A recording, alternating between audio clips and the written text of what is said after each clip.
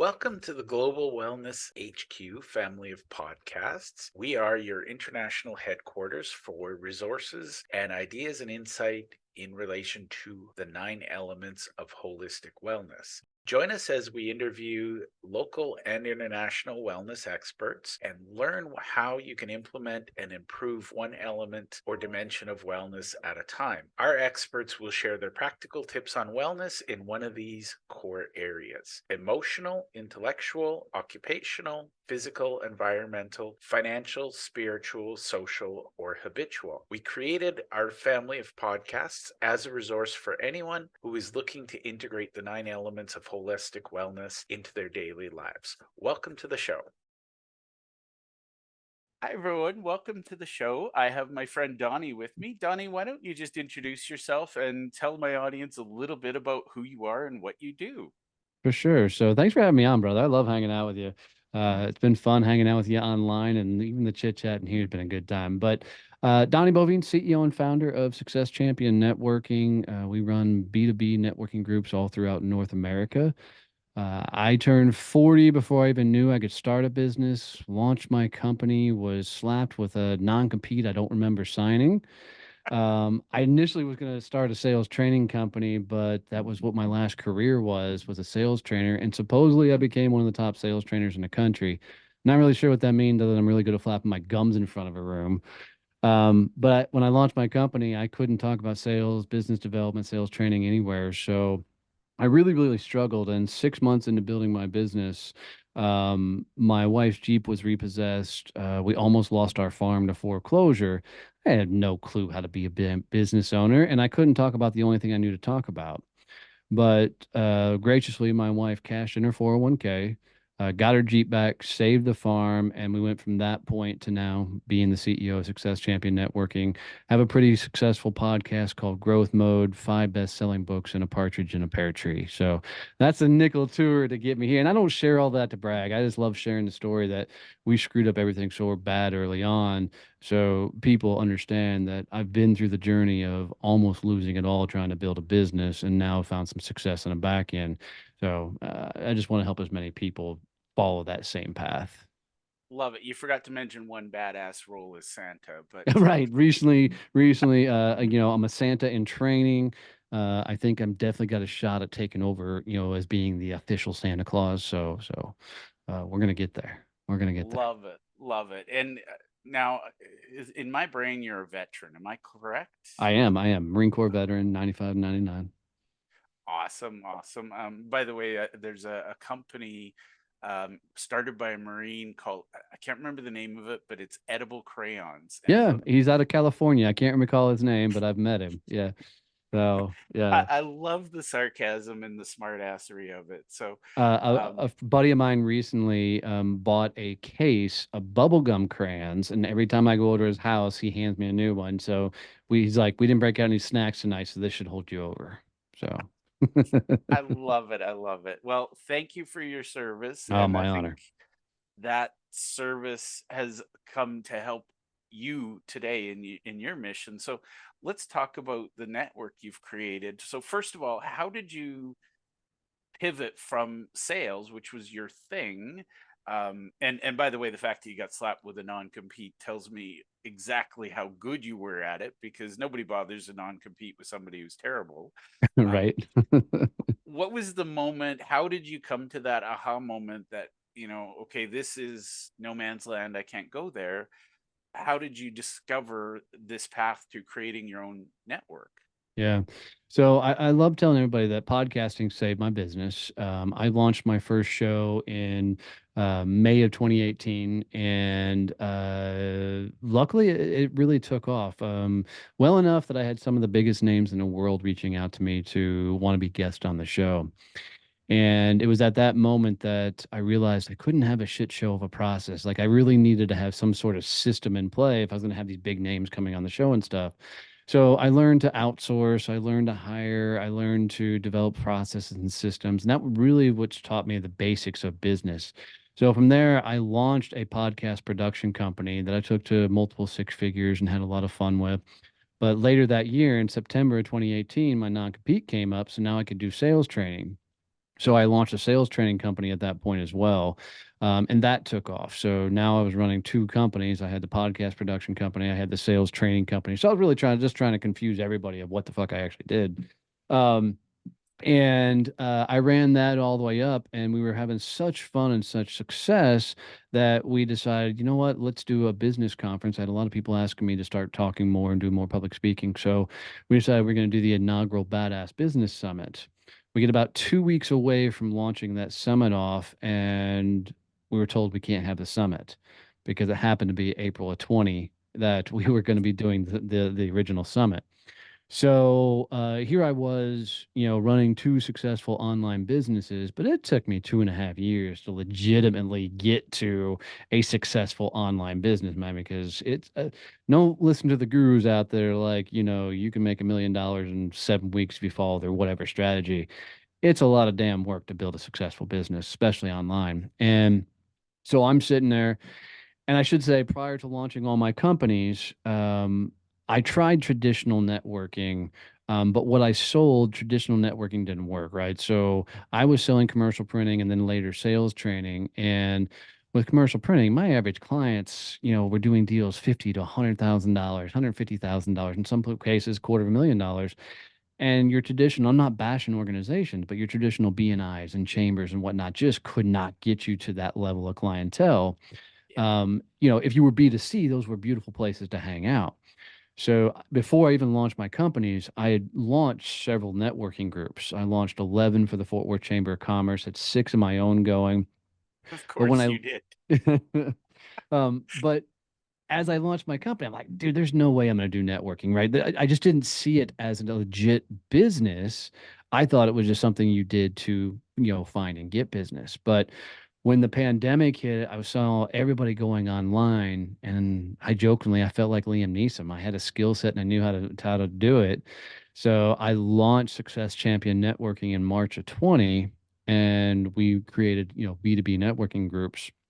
And so many people were burnt out on traditional networking or going into rooms, and nothing against realtors or stuff, don't come at me, but going into rooms with your realtors, your title, your mortgage, and all that kind of stuff, Yeah. when you're selling managed services or you're selling software, you're selling cybersecurity, telecom, right? God love those realtors and the mortgage and stuff, but they can't get you to those level of conversations and the like.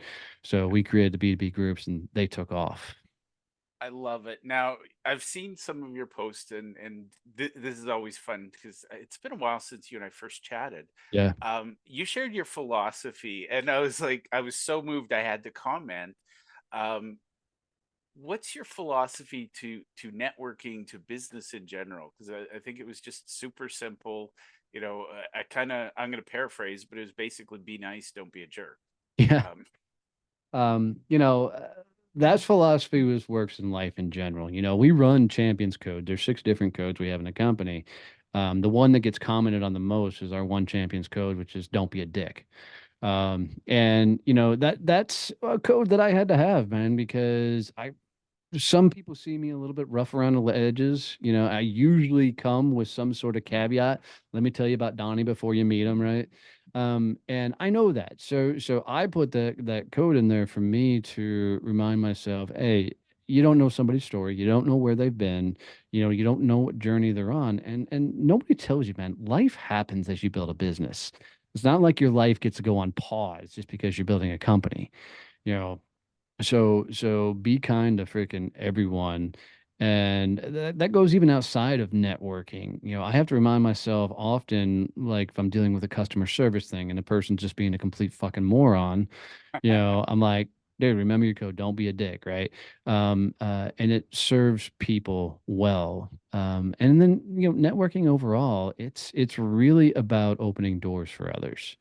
I hate the philosophy of give to gain. I think that's the most asinine statement on the planet because if you give to gain, that means you're literally giving so you get something back. And I hate that entire philosophy.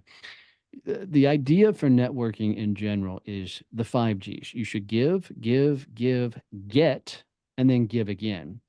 The idea of giving to gain means you're giving so you gain something. And I know that's not what the philosophy was originally created for, but people have bastardized that philosophy to say, Well, I give, people should give to me, and they all end up giving so much they get taken advantage of.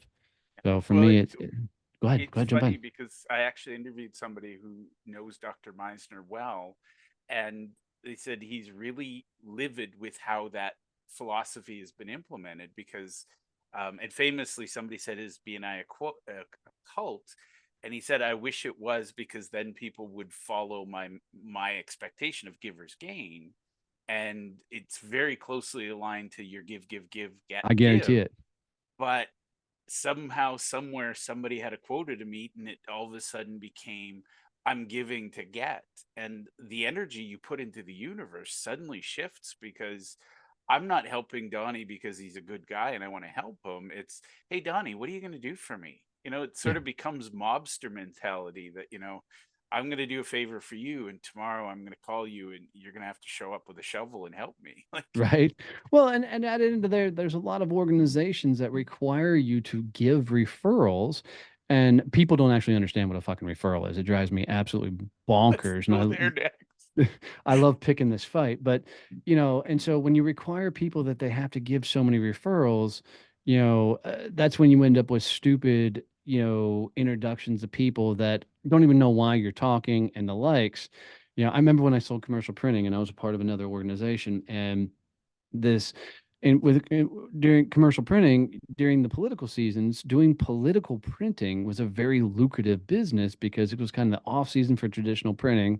And so I got introduced to this gentleman that was running for office, and I was really excited because that was potential to be a lot of business. And in this organization, nobody had ever given me a shot at anything that could be worthwhile business. And so I go and I call up this political candidate to say, "Hey, I'd love to talk to you about your printing." And he goes, "Who are you?" And so I introduce myself. He goes, "Oh, good. I don't need any printing. I need your vote." And I'm like, "I don't even live in your district." And he goes, "That's okay. You can vote anyways." And I'm like, no. So the supposed referral, because the organization required referrals, you had to give so many. I was getting introduced to a political candidate that didn't need printing. He wanted my freaking vote. Right. And that stupid stuff happens when you're trying to mandate that people have to do so many things. And people, they literally, they don't even understand what a referral or an introduction actually is. And honestly, that's kind of, I've spent the last 3 years doing free public education. And by the way, I've stopped that because Good. like I'm on the soapbox and I'm starting to feel like a crazy guy. Just, everybody, do you know the difference between a referral and an introduction? There's going to be a book on that subject, and this will fall out of this conversation, I'm sure. What do you wish people knew in the business to business space when they're coming and they're looking? Because I'm guessing a lot of people, and you correct me if I'm wrong, they're going to come to you and say, what is this success network that you have? Um, why would I want to join? What's in it for me? And I think that's the question I hate the most on this planet. But I'll let you rant and then I'll rant. Well, so let's define an introduction and let's define a referral. A referral is an introduction between two people where there's a discovery or a sales call expected. Okay. So it's like Bob meets Sally. Sally, I've told Bob all about your services. He's stoked to meet you and excited for the conversation. Like there is a discovery slash sales call attached to that introduction. Like both people going into it knowing that one party is likely going to attempt to sell you on their services, right? Yeah. Plain and simple. An introduction is an introduction of two good people should meet. Okay. So it could be an introduction to a person, it could be an introduction to a place, or an opportunity. Okay. So what most people think is a referral is 90% of the time an introduction disguised as a referral because people don't know this kind of stuff. So what happens is you get a bunch of people who show up into a room and they focus on solely I need referrals, I need referrals, I need referrals because they believe that if I give you a referral, it's going to lead to business. Potentially, right? If it's a legitimate referral, could potentially lead to business. But that becomes a one transaction moment, right? Like if I find somebody who is a beautiful fit for your company, like they are your ideal client, and I make that introduction, which is a legit referral because they're coming to you to talk about hiring you for your services, right? That is likely a one-time transactional thing. Like that deal will likely happen because you already have a warm introduction, recommendation, and the likes. But there's not likely a whole lot that's going to happen afterwards. Now, if I understand the power of an introduction, if I look at you and said two questions that work every time. Question number one, what industry sends you the most referrals?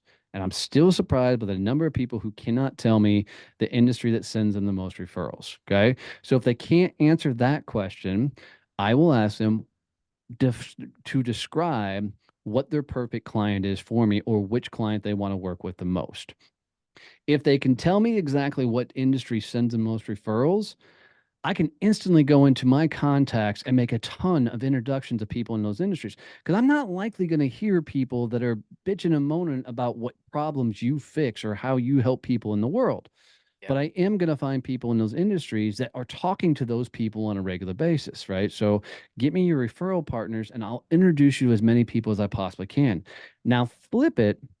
If you don't know who your best referrals come from, and you tell me that your best clients are in this industry or segment, right? I'm going to quickly go, all right, who else sells to that industry? So, I'll give you a quick synopsis of this. A young lady about 4 months ago from this recording came to me, and what she did is she did college prep for families. So she would go into homes and help them save money on getting their kids to go to college on like college tuitions and a like cool thing that she did.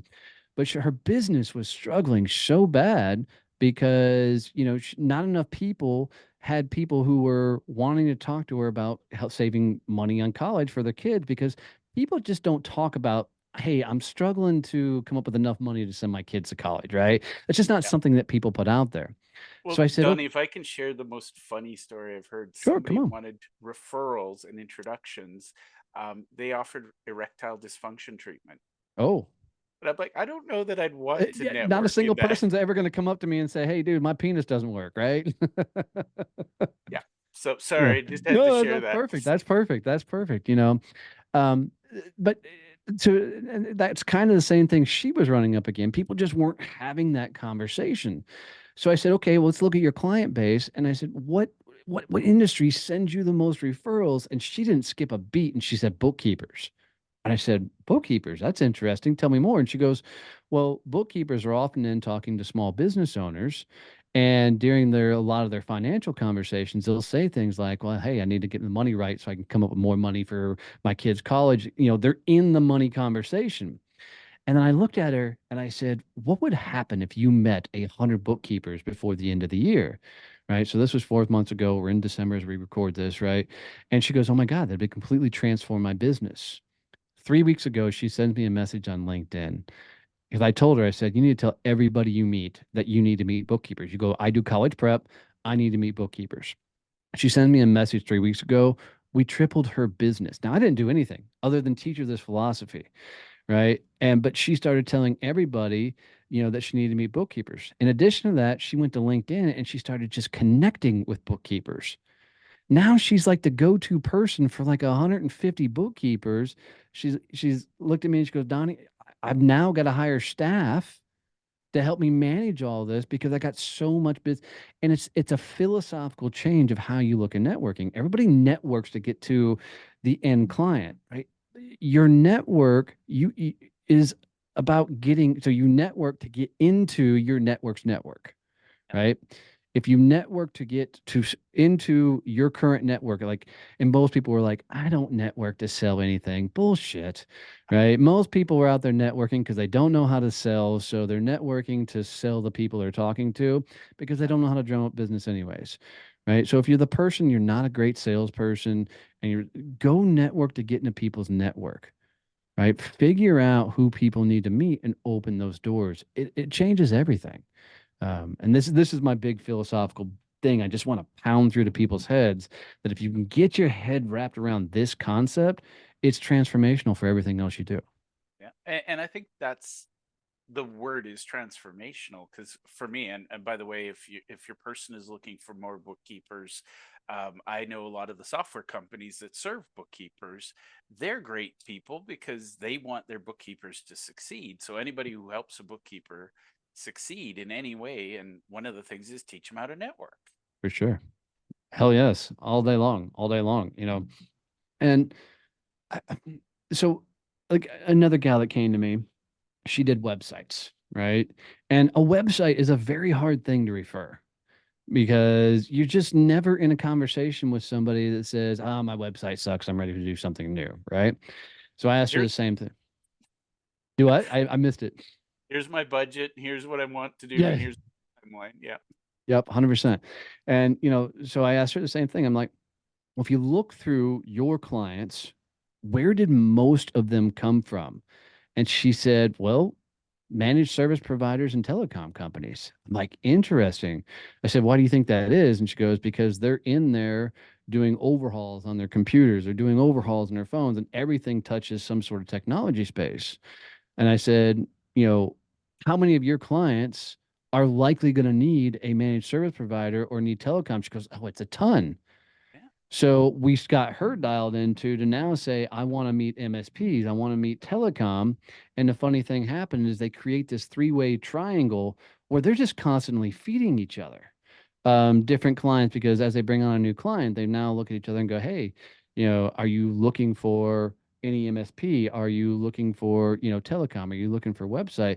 And they're all centered on the same client base. And that's really power networking at its finest, because yes, any one of those may be able to service and sell to the other one, but they're all coming at it from, we're not selling each other. How do we get into each other's Rolodex? And they're even going so far now to saying, hey, there's a company I just found over off of blah, blah, blah street that I think would be a good fit for us. And now all three of them are collectively going after that company, going through their contacts, connections, and the like, and getting in there. This is real networking, not the crap that we've been taught all of our entire life of come to a group, you know, try and get referrals, right? Peel your card. Yeah, yeah. Collect as many business cards as you possibly can. Right. This is real networking, but you got to go through a lot of that crappy networking to get to this level. Now, I think one of my pet peeves. Ooh, you're cutting out, Jeff. Am I cutting out? Hmm. How's that? There you are. Okay. So sometimes people come to networking events and they're like, I serve everyone. Anybody who's human is a good prospect for me. And I just want to point out, as I'm listening to Donnie, I'm an advocate for being specific. And as you're mentioning, you know, the bookkeeper, the MSPs, my little mental Rolodex is going ding. Yep. Whereas when you say I serve everyone, my brain just goes, huh? Dude, I was in a group once upon a time, and yeah, I'm a natural smartass, and I don't mind speaking up. And I was just annoyed listening to everybody go around the room, and the whole room was like everybody. I could do business with anybody, right? Very, very, very transactional companies. And we finally get to the chiropractor, and the chiropractor goes, you know, I can do any business with anybody who has a spine. So I want to be introduced with anybody who has a spine. And my smartass popped up and said, you know what? I got goats in my farm. They have spines. Do you want to meet them? And Yep. without skipping a beat, another guy down the way goes, you know, there's chiropractors for goats, right? And I'm like, shit. Yeah, that's So, a thing. yeah, who knew? I mean, I'm not spending the money on it, but you know, but yeah, when you say everybody, to your point, people just tune out. Yep. And then you get the people like, well, I don't want to focus on niches. Well, don't focus on niches.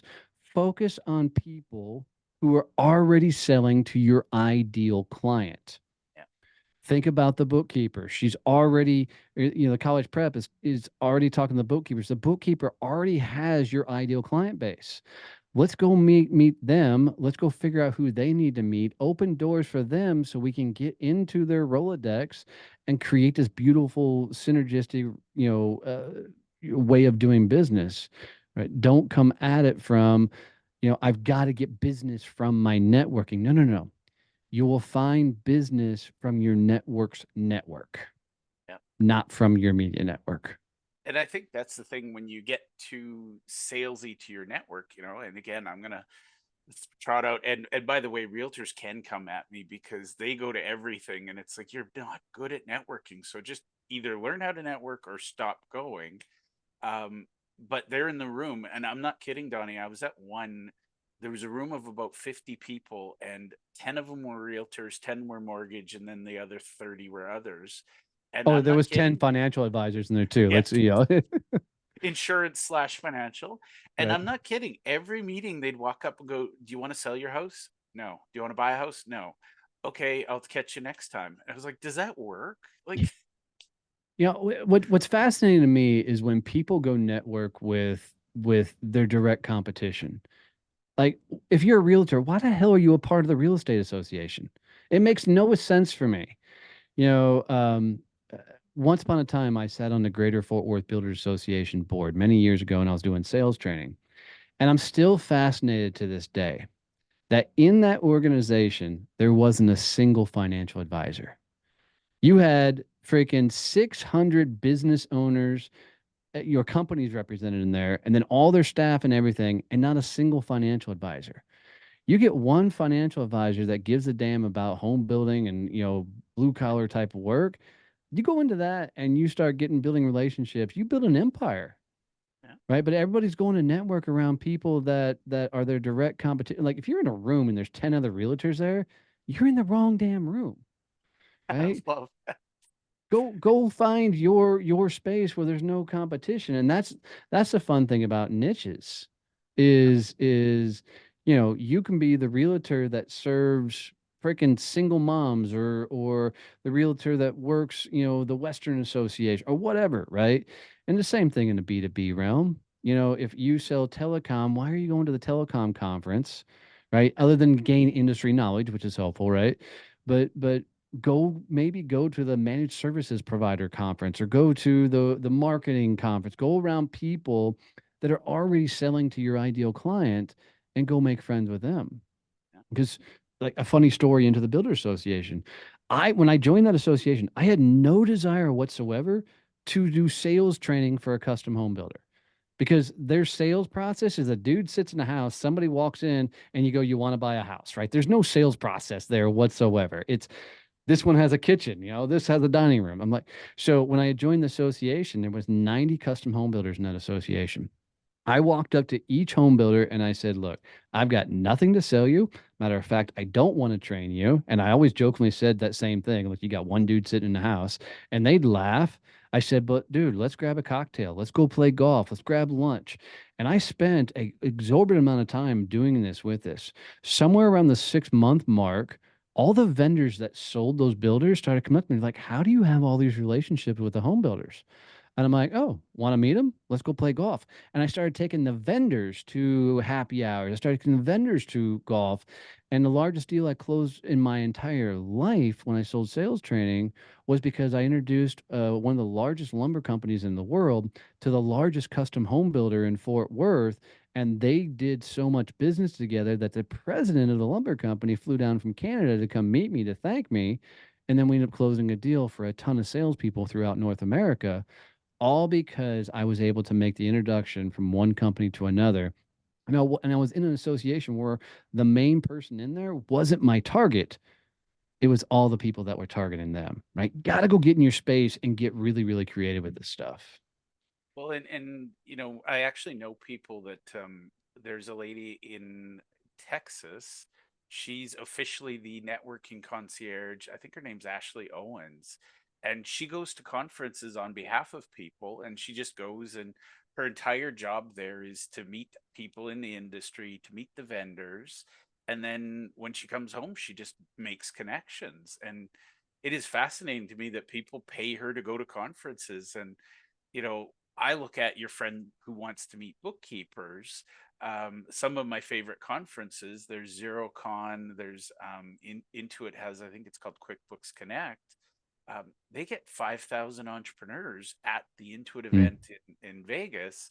If you want to meet bookkeepers, you want to be in that room. right. You know, Right. and again, you don't have to travel across country. There's local chapters of bookkeeper events. And I say this just because you brought the example up. Let's keep it specific. There's local chapters of bookkeeper groups where they want people to come in and talk to them about internet security. They want to Yep. talk about, you know, going paperless. And, you know, if you happen to have a special set of skills that would be useful to a bookkeeper, you teach the bookkeeper what you know, or you go and meet with them. They'll happily put you in front of all their clients, because here's the thing: bookkeepers have a real trust relationship. If a bookkeeper tells a client to go do something, guess what the client does? 100%. You know, and in addition to thinking about the association, something else that people neglect is the private clubs. You know, there's private business clubs, there's country clubs, there's, you know, cigar lounges, wine clubs, those places where people are paying for a membership, right? Let's be honest, all big deals that happen in the world happen in private conversations, right? Yep. You're not going to go to an after hour and stumble into a multi-million dollar contract, right? Just very rarely is that ever going to happen. But, and I like using cigar lounges, and I don't even really like smoking cigars. You know, you smoke cigars, it's like somebody crapped in your mouth the next 3 days, right? But if you think about, if somebody's joined a cigar lounge and it takes a forever to smoke through a cigar, they're paying money to be there. You're going to get into a lot of very, very cool conversations. So if you get to these places where there's a paid membership and private conversations are happening. Like there's a business club here local to us in Fort Worth, Texas, and the club is cool, right? There's a lot of activities there, but every Wednesday night there's a poker tournament that breaks out. And that poker tournament, you got city council members, you got judges, you got CEOs of companies, right? Movers and shakers. Billions of dollars have traveled through that room and nobody talks business.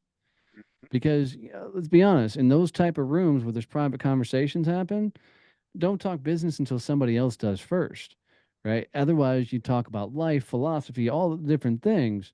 And eventually, when the conversation needs to be turned, they'll turn the conversation. And it's just fascinating. But people are so hung up on, ooh, I only network in these groups, or I only network in the chamber, or I might go to a happy hour now. Look, if you're going to network, let's network, right? Let's really get in the game, turn the gears, and see how many opportunities we can find ourselves in, because we're networking at a whole different level. And that's really, I try and tell people who are members of Success Champion Networking, like, look, if SEN is your only place you're networking, you're going to lose. Yep. Right? You You're can't doing put it all all your, wrong, right? yeah, you can't put all your eggs in one basket. Like, I need you to be a part of SCN, but I also need you to be a part of your local chamber. I need you to be a part of your associations. I need you to be a part of private clubs, because if you're not out meeting people and getting into more opportunities, you can't bring anything back to the network, right?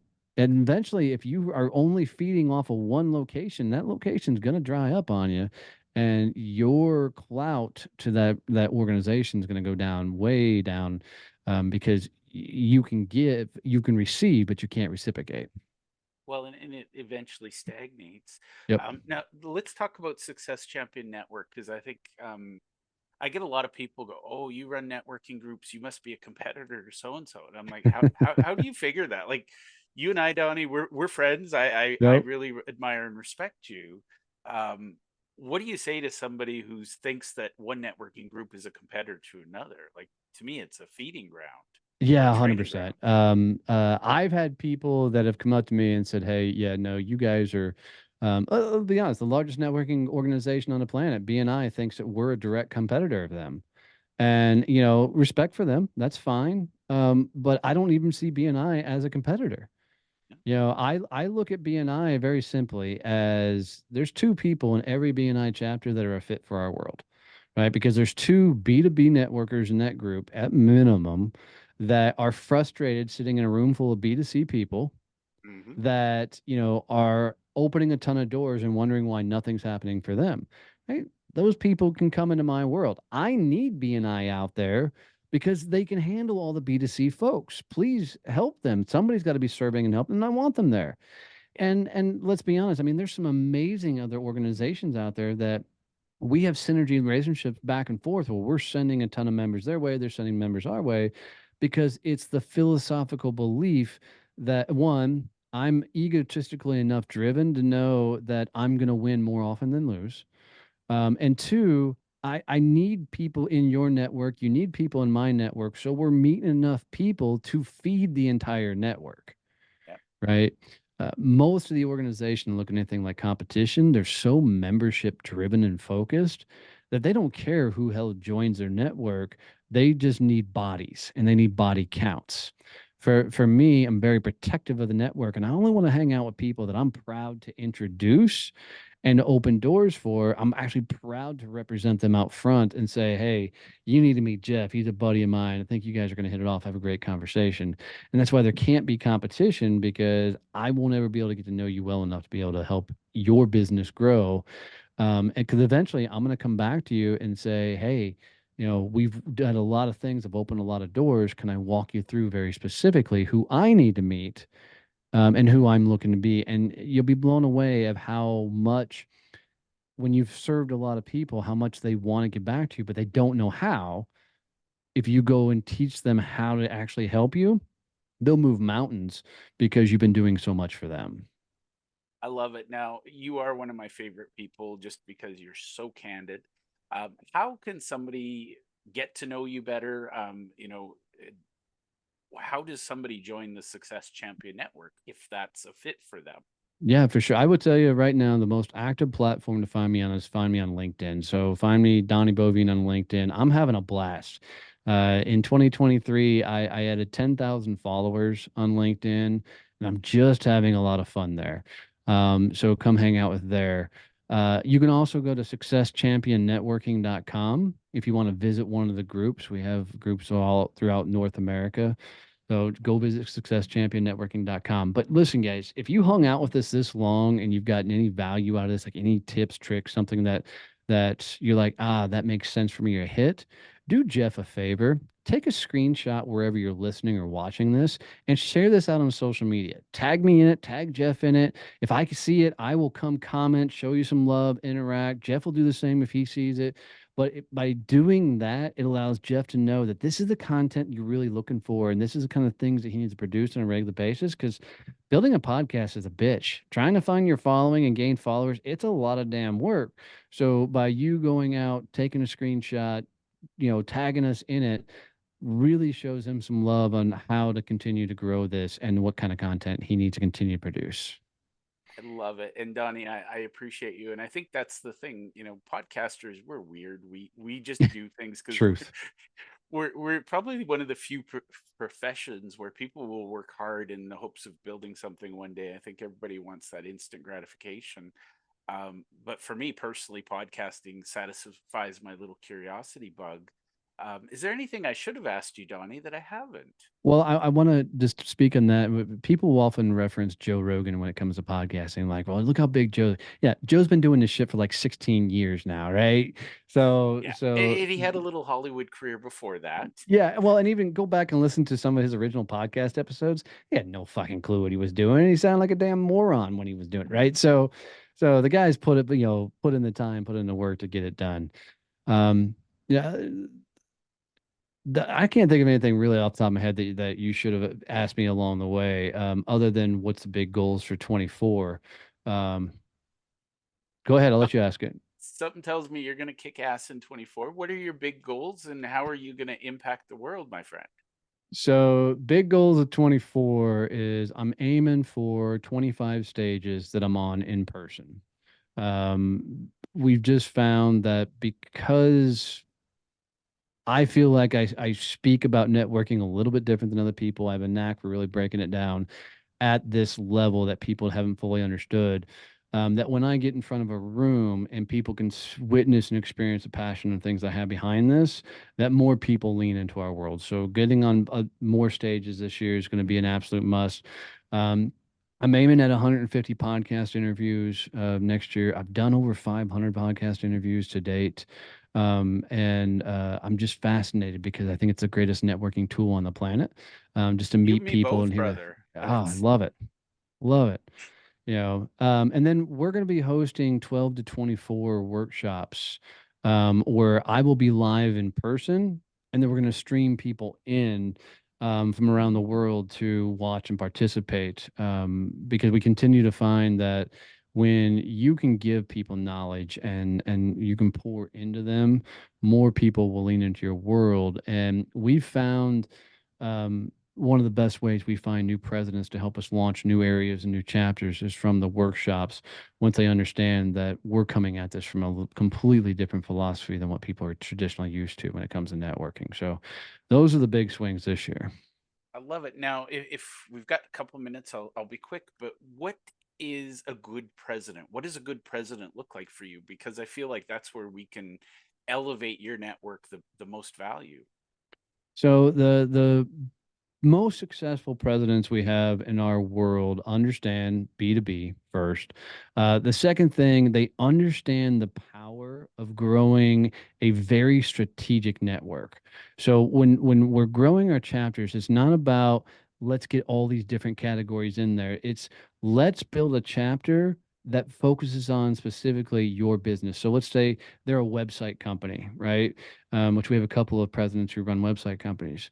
It's okay, what are the two industries that refer you the most business? And it's traditionally like a telecom and MSP. I'm like, cool, let's go find a telecom and MSP. Then let's ask the telecom and MSP who feeds you the most business, and we'll find their triangle in there, which is a lot of times like a software company or in a marketing firm, right? Right. So then we can start peeling off that. We build an entire chapter that is self-sustaining as a whole, and people understand this. So they understand that we're looking for that second tier networker. And so not the person that's learning how to network, but has been burned out by traditional networking as a whole. And they're also somebody that is very, very, very goal driven. So we find that our presidents tend to be a little bit more on the competitive side of things, um, I which has happen to know a been couple of veterans. I feel like they fit in very well in that space, right? bring them, right? And what we've, and so we're constantly, putting out funny hurdles and things for them. But at the end of the day, they all live by our biggest philosophy. And this is the biggest thing I run the company on, which is family first, right? You've got to understand that you cannot pour into your work and not come back and take care of your family. So, in our world, we want you at the ball games. We want you at the theaters. We want you at the recitals. We want you there, but you've got to be a family first, which leads to the overall theme of our company is you've got to become the champion of your own success. And that's where the name Success Champion Networking comes from. I love it. Well, thank you for being on the show with me today, Donnie. Oh, my honor, brother. I'll do this anytime with you. Good gabbing with you. Good hanging out. Thank you for taking the time to listen to our show. We hope that you enjoyed this episode, and we invite you to either click the link below or scan the QR code to register and listen to other episodes of our podcast. Or if you think your business or you would be a great guest to be on our show, we're always looking for experts in one of the 9 elements of holistic wellness. We'd love to have you. You can either click the link below or you can scan the QR code and complete our speaker intake form. Thank you, and to your wellness.